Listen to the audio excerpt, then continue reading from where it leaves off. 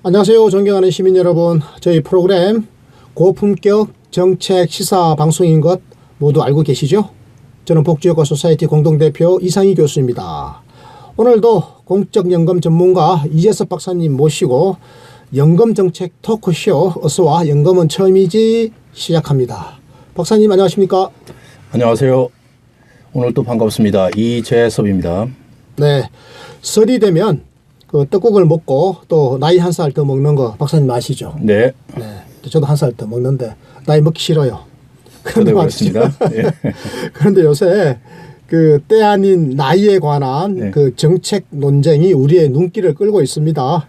지난 24일이었죠 아마 박능후 보건복지부 장관께서 노인의 연령 기준을 현행 65세에서 70세쯤으로 점진적으로 끌어올리자 이런 이제 사회적 논의를 시작할 필요가 있다 말씀을 이렇게 해주셨는데요.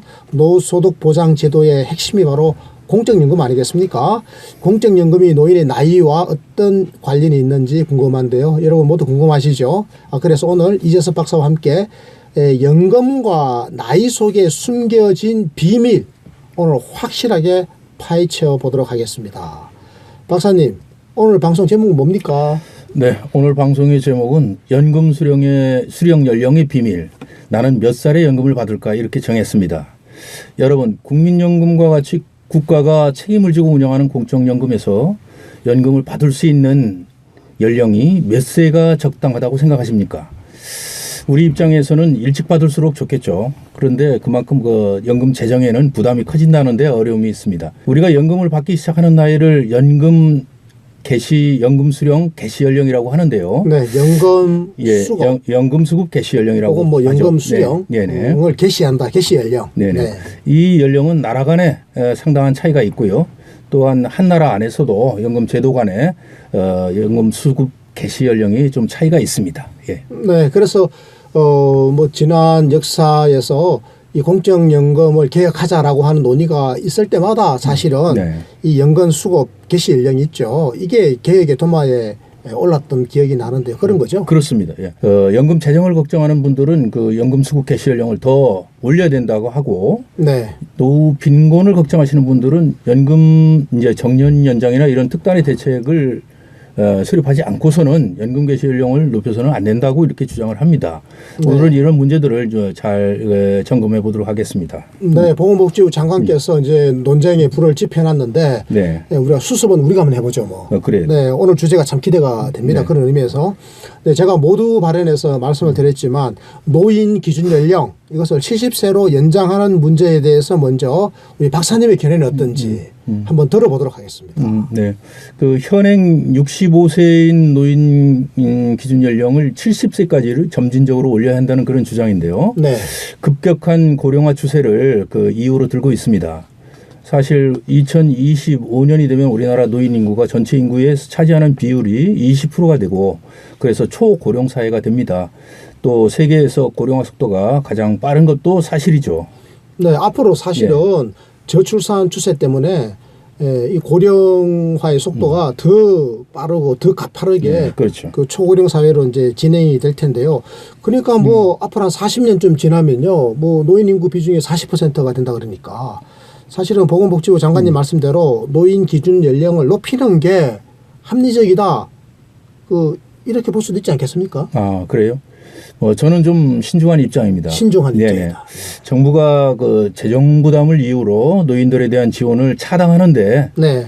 주력을 하게 된다면은 지금 현재 가뜩이나 심각한 노후 빈곤을 더 악화시킬 우려가 있습니다. 노인 기준 연령만을 높여서 노인들에게 돌아가는 지원을 줄이는 식으로 재정 안정화를 추구한다는 것은 좀 위험한 발상이라고 보고 있습니다. 네, 그러니까 대책 없이 네. 그 복지를 줄일 우려가 있기 때문에 그 문제에 대한 선제적인 대책이 있어야 된다. 네, 그 말씀하시는 있은 겁니다. 다음에 논의를 해야 네. 된다 이런 얘기죠. 아마 보건복지부 장관도 막 그런 생각을 하고 계실 것 같은데요. 그러리라고 보고 아마 있습니다. 뭐 장관이 네. 뭐 무책임하게 그냥 저 복지를 다 뺏어버리자 이렇게 말했을 일은 없을 것 같고요. 그러면 장관의 자격이 없죠.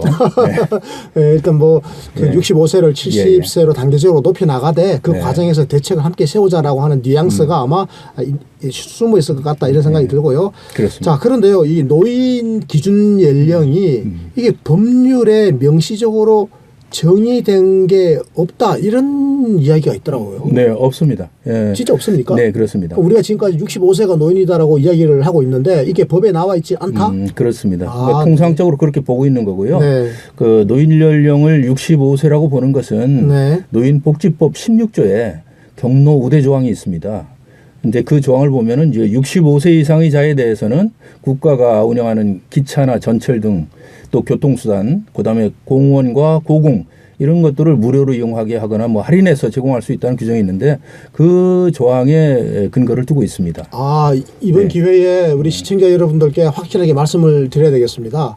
우리가 노인하면 65세 이상인 분들을 일컫고 있는데 이게 법적 용어는 아니랍니다. 그렇죠. 예를 들어서 뭐 노인복지법에 노인이라 하면 65세 이상인 자를 말한다 이렇게 되어 있는 게 아니라는 거죠. 그렇습니다. 예. 그냥 경로 우대 연령 정도 연령을 이야기하면서 아 뭐 지하철 무료로 타는 연령은 65세 이상으로 하자라고 그냥 정해놓은 겁니다. 그죠? 네, 그렇죠. 아, 네, 확실하게 이걸 이제 우리가 알았습니다. 네네.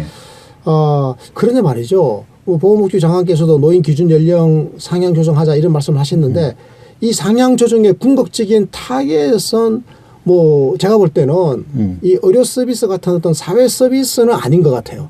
아니 뭐 나이가 많든 적든 아프면 병원 가야 되는 치료를 받아야 되니까. 거잖아요. 네. 네네. 그리고 뭐 치매에 걸리든 말든 어쨌든 간에 나이가 60이든 70이든 치매에 걸리면 어쨌든 장기요양 서비스 받아야 되잖아요. 그렇습니다. 그러니까 뭐 의료나 요양 같은 사회 서비스를 주지 않기 위해서 노인의 연령을 기준 연령을 높이자 이건 아닌 것 같고 네네.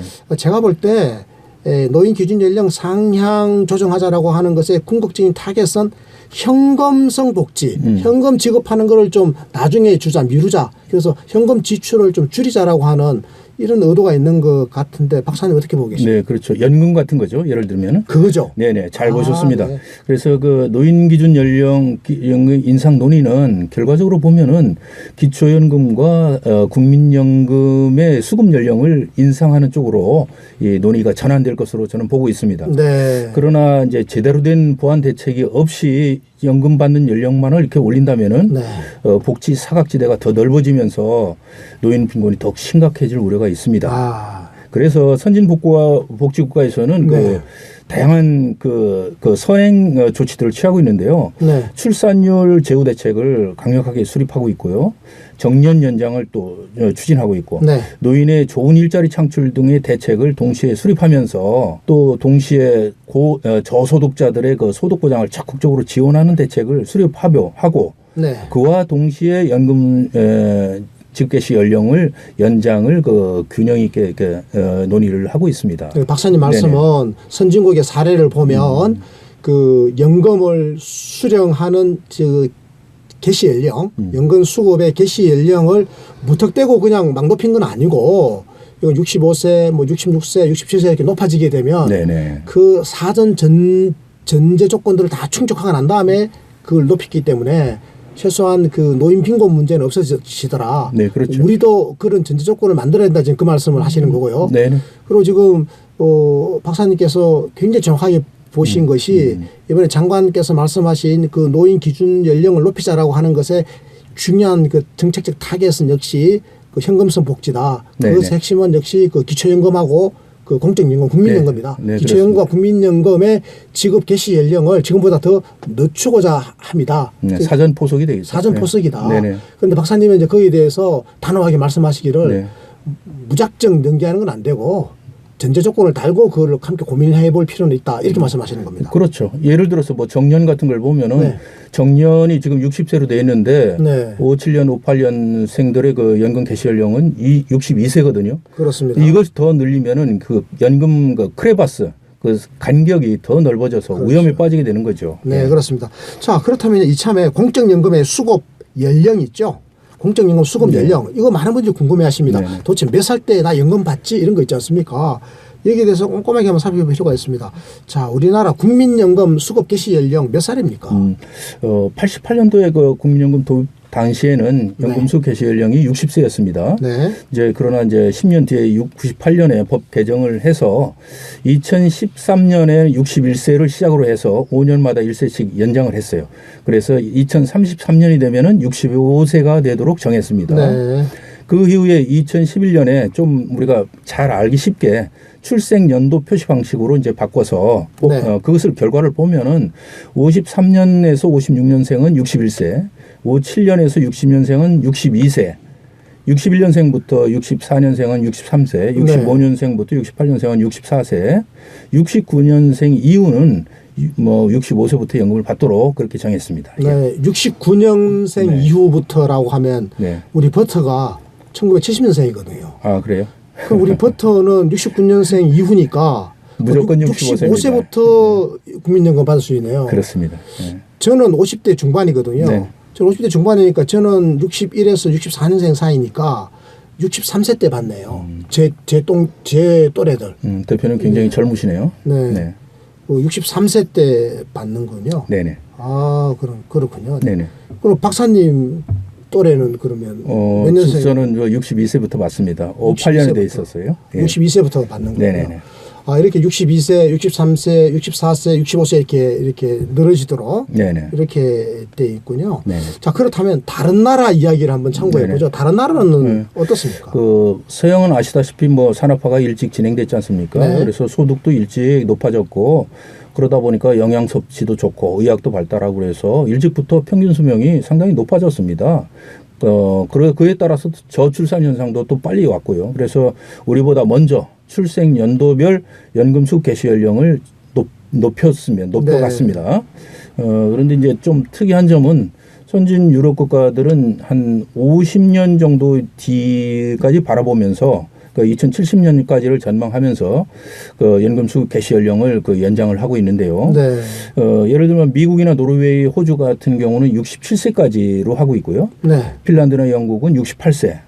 그다음에 네덜란드, 이태리, 덴마크 등은 71세까지 연금 수급 개시 연령을 그 연장 플랜을 만들어 놓고 있습니다. 지금 덴마크 같은 나라는 네.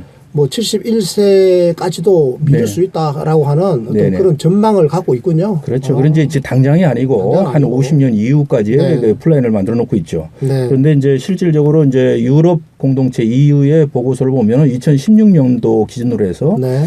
EU 국가들의 평균 연금 수급 개시 연령은 64에서 65세 정도가 되는 걸로 나타나고 네. 있어요. 이제 현재 우리나라 퇴직 세대가 57년에서 60년생 정도 되는데 그들의 연금 수급 개시 연령이 62세거든요. 제가 네. 거기에 해당됩니다. 네. 그러니까 저희들보다 한 2, 3세 높은 걸로 나타나고 있습니다. 예. 네, 그러니까 우리나라는 그 62세인데 네네. 유럽 선진국들은 64, 5세 정도. 64세 한 65세쯤 되니까 네네. 우리보다 한 2, 3년 정도. 그럼 우리도 이제 머지않은 장래에 한 2, 3년 정도는 이렇게 미뤄져야 되겠다는 생각이 드네요. 그렇게 갈 가능성이 네, 많습니다. 그렇게 갈 수밖에 없을 것 같고. 네. 그러니까 우리나라도 지금 평균 수명의 연장 추세를 보면 굉장히 지금 가파르게 우리는 지금 가고 있거든요. 네. 다른 나라들이요, 100년 걸렸던 그 초고령화 시대 진입이 우리는 저 26년 만에. 네네. 그렇죠. 100년 가던 거 우리는 26년 만에 가니까 우리는 좀 더 빠른 속도로 아마 연금 수급 개시 그 연령의 그 단축이죠. 네네. 이게 좀 연장이죠. 연장을 하지 네, 않겠는가. 가능성이 이런, 있습니다. 이런 생각이 예. 듭니다. 예. 그런데 어떻습니까? 이게 성별로도 연금 수급 개시 연령이 다릅니까? 네네. 우리나라 공적연금에는 없습니다. 그런 제도가 그렇습니까? 이제 남녀 차이가. 네, 네. 근데 선진 복지국가들을 보면은 과거에 남녀 간의 연금 수급 개시 연령이 차이가 있었습니다. 통상적으로 여성들의 연금 수급 개시 연령이 5년 정도 빨랐고요. 네. 예, 남자의 연금 수급 개시 연령이 이제 예를 들어서 65세라면 여자는 60세 그렇게 연금을 받을 수 있었죠. 그래서 여자가 오래 사는데 네. 빨리 받는군요. 네, 여자는 그렇죠. 굉장히 길게 받았네요. 빨리 받고 오래 받고 살잖아요. 그렇습니다. 예, 네. 그래서 왜 이제 그렇죠? 왜 그것을 여성들이 이제 이런 데 특권을 줬죠? 가족 돌봄이나 가족 그런, 돌봐야 되니까. 예, 그런 네. 그 여성들의 가정에서의 역할을 배려한 조치였습니다. 네. 배려가 많죠. 우리는 배려를 안 하죠. 우리 배려가 없고. 네. 예, 그런데 그러다 보니까 아까 말씀하신 너무 조기에 받고 네. 또 평균 수명이 여자가 기니까 더 오래 받고 그러다 보니까 그 연금 수령액의 남녀 차이가 엄청 많아졌고요. 그렇네요. 또 뭐 그러다 보니까 과도한 재정 지출 문제가 생겨서 점진적으로 남녀가 동일하게 연금 개시 연령으로 이렇게 바꾸고 있는 추세입니다. 네, 그러니까 역사적으로 네. 여성이 사회 경제적 약자일 시기에는 네네. 여성이 좀 더 일찍이죠 연금을 받도록 이렇게 배려했는데 뭐 그렇죠. 지금은 이제 거의 그렇지 않으니까 동일하게 가고 있어요. 남녀 평등의 시대니까 이제 네네. 맞추고 있다 이렇게 네네. 말씀해 주셨고 네네. 자 그럼 직종 간에도 이 연금 수급의 개시 연령이 차이가 있습니까? 네네, 직종 있습니다. 간에? 네, 있습니다. 네. 우리나라 예를 보면은 네. 우리나라의 경우도 이제 선원이나 광부 같은 경우에는 이제 그 55세부터 받을 수가 있도록 돼 있어요. 55세부터. 네네. 예. 왜 그렇죠? 예, 다른 나라도 이제 그런 경향이 많은데요. 그렇죠. 그들은 이제 그 평균 수명이 좀 낮습니다. 이제 일하는 상황이 열악해 가지고요. 네. 그다음에 이제 근로가 가능한 연령도 좀 낮습니다. 그렇네요. 이제 육체 노동이 심해서. 험한 일이잖아요. 예. 그래서 네. 그래서 다른 직종보다 연금 수급 개시 연령을 이제 낮게 정하는 경우가 많고요. 네. 또 이제 특이한 것은 이제 군인이나 경찰 같은 그 위계 질서가 있고 위계가 생명인 직종은 계급 정년이라는 게 있습니다. 그렇죠. 계급 정년 있죠. 그러다 보니까 본인이 원치 않아도 강제 퇴직을 당하기도 하고 또 이직을 해도 마땅히 또 다른 직종 일을 찾기가 어려운 점 때문에 네. 연금 개시 연령이 낮추거나 또 예외 조항을 많이 두고 있습니다. 네. 예. 직업별 이제 특징인데요. 네네. 사실 우리나라 그 특수 직영연금 있지 않습니까? 뭐 네네. 군인연금이라든지 이런 특수 직영연금에서 과거에 그런 혜택들을 많이 준 경우가 있었죠. 아, 그렇습니다. 예. 그 과거에 공무원들 특수직영연금에서는 그 직군에 관계없이 네. 연금 지급 개시 연령도 없이 퇴직만 하면 바로 다음 달부터 연금을 주는 좀 비합리적인 제도 운영을 장기간 동안 운영해 왔습니다. 와, 예. 그럼 뭐 예를 들어서 한 45세까지 일하다가 네네. 퇴직해버리면 그러면 그때부터 연금 주는 연금 죽을 때까지 받는다고요? 네, 그렇습니다. 와, 이거 뭐 그리스네 그리스가 그랬다고 그러더만 예. 우리나라가 그랬군요 옛날에. 그렇습니다. 제도가 야. 그런 그 약점을 그 많이 노정한 그 제도를 운영한 거죠. 예. 네, 뭐 예를 한번 들어봐 주시면. 그러면은 네. 공무원연금의 경우를 보면은 1995년 이전에는 연금 지급 개시 연령 자체가 없었습니다. 그러다 보니까 20년 이상만 근무를 하면은 퇴직 이후에 다음 달부터 바로 연금을 지급을 하도록 되어 있습니다. 네, 그리고 공무원연금은 20년만 근무했으면 네네. 퇴직하면 그 다음 달부터 바로 연금 받았단 말이죠. 예, 과거에 그랬다는 거죠. 과거에. 네네. 예. 그러니까 1995년 이전에. 그리고 이제 특수직영연금에는 1995년 이전이면 군사정부 시절이네. 네, 그렇습니다. 군사정부 시절에 공무원을 하셨던 분들은 20년만 딱 하고 나오면 그때부터는 그냥 바로. 예. 그래서 이제 또 특수한 그 제도가 있는데 특수직영연금에는 재직 전이나 재직 중에 군대를 가게 되면은 그 기간 전체를 이제 가입 기간으로 산입해 주는 제도도 있고요. 네. 또 군 복무 기간 중에 그 전투 종사 기간은 연금 가입 기간을 3배로 인정해 주는 제도가 있습니다. 그러니까 굉장히 후회한 가입 기간 인정 제도가 있는데 여기에다가 연금 수급 연령 제한조차도 없다 보니까 심지어 30대 후반부터 평생 동안 연금을 받는 그런 사례까지도 있었습니다. 아, 네. 그러니까 이제 그거는 이제 노후소득보장이라는 기본 취지조차도 무시한 제도였고요. 네. 세계적으로도 찾아보기가 어려운 그런 기이한 제도. 전 세계적으로 유례가 없었겠네요. 그렇습니다. 네. 그런데 그런 제도가 어떻게 유지가 가능했죠? 당연히 유지하기가 어렵죠. 아, 유지하기 어렵겠네요. 네, 그래서 이제 수정이 됐는데요. 이제 90년대 들면은 이제 공무원연금에 이제 수지 적자가 발생을 합니다. 네. 이제 그러다 보니까 연금 개혁을 해서 1996년 이후에 신규로 임용된 자들에게는 60세부터 연금을 받도록 그렇게 연금 지급 개시 연령을 도입했고요. 그러니까 1996년 이후에 신규 임용된 분들은 네네. 당신은 앞으로 60세부터 받아요라고 아예 정해버렸군요. 네, 그렇게 정했는데 그때도 95년 이전에 이미 임용된 그 기존의 공무원들에게는 계속 퇴직만 하면 바로 받을 수 있도록 그대로 내버려 뒀습니다. 네. 이건 좀 불합리한 기득권 보장 조치인데요. 네. 이제 이에 대해서 이제 비판이 일어났고 또 기금 고갈이 이제 2000년도에 이제 가시화됐지 않습니까? 네. 그때 이제 연금 개혁을 했는데 이때 95년 이전 임용자들에게도 연금 개시 연령을 적용을 했습니다. 그러니까 2000년 개혁 때부터 그랬군요. 네, 그렇습니다. 이제 적용을 했는데 한꺼번에 60세로 이렇게 늘리지 않고 50세부터 시작해서 2년에 1세씩 10년간에 걸쳐서 60세가 되도록 그렇게 정했습니다. 예. 야, 이게 정말 너무 심했다 싶네요. 심했다 싶어요. 그러니까 이게 셀프 개혁이다. 이게 한원동 만원동 개혁이다 이런 비판을 많이 이게 자초한 그런 측면이 있을 것 같은데 어떻습니까? 네, 그랬어요. 그 마지못해서 네, 이제 마지못해서. 개혁을 하는 어떤 네. 그런 모습을 보였는데요. 국민연금은 이미 98년도에 개혁을 해서 수급 개시 연령이 이제 60세를 넘어서 65세로 플랜이 다 짜져 있는 상황이었죠. 네. 근데 이제 공무원연금은 수급 개시 연령이 지나치게 낮아서 없거나 낮아서 차별이라는 비난을 많이 받았죠. 네. 이제 이에 따라서 이제 2009년도에 또 마지못해서 또 한 번의 제도를 바꿨는데 네.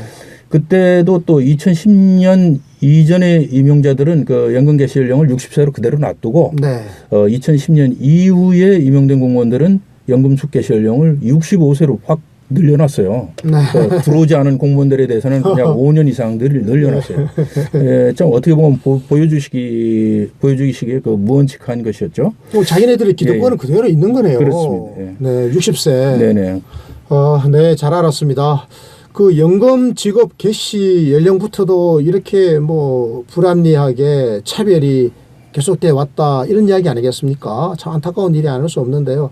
그런데 이게 쭉 들어보니까 최근에 들어와서는 뭐 거의 대부분 다 개선이 됐네요. 네네, 개선이 됐습니다. 네. 2015년도에. 네, 이제 오늘 방송 마칠 시간 됐는데요. 네네. 마무리 말씀 좀 주십시오. 그러겠습니다. 네. 그 노인 기준 연령을 높이자는 논의가 이제 진전되면 65세부터 지급되고 있는 기초연금 지급 시기가 늦춰질 가능성이 이제 가장 높습니다. 그렇죠. 네. 현 고령화 추세에서 공적연금의 지급 시기를 논하지 않을 수는 없을 것입니다. 그러나 이제 반드시 선행되어야 할 것은 우리 노인들의 빈곤 상황에 대한 배려입니다. 그래서 연금 사각지대가 지금 너무 넓고 연금액도 너무 적은 상황이지 않습니까? 네. 그렇기 때문에 외국처럼 정년을 연장해서 정년과 연금 수급 개시 연령을 좀 일치시키는 노력을 또 해야 되고 네. 노인들의 그 괜찮은 일자리 창출에 좀 매진하고 이렇게 해서 그 성과와 연계해서 균형 있게 연금 지급 개시 연령을 연장을 논해야 된다고 생각하고 그렇게 안 한다면은 그 노후의 삶이 매우 위험해진다 하는 것을 강조하고 싶습니다. 네, 이재섭 박사님 말씀 잘 들었고요. 존경하는 시민 여러분 어떻습니까? 저희 방송 역시 고품격 정책 시사 방송 맞죠? 네, 이재섭 박사님의 공적연금에 대한 이야기 오늘 아주 잘 들었습니다. 특히 공적연금의 직업 개시 연령에 대해서 오늘 아주 상세하게 알아봤는데요. 우리 사회의 고령화 추세 이것만 내세우기보다는 출산율의 제고, 정년 연장 그리고 노인 일자리 활성화 이런 다각적인 사회적 노력이 필요하다.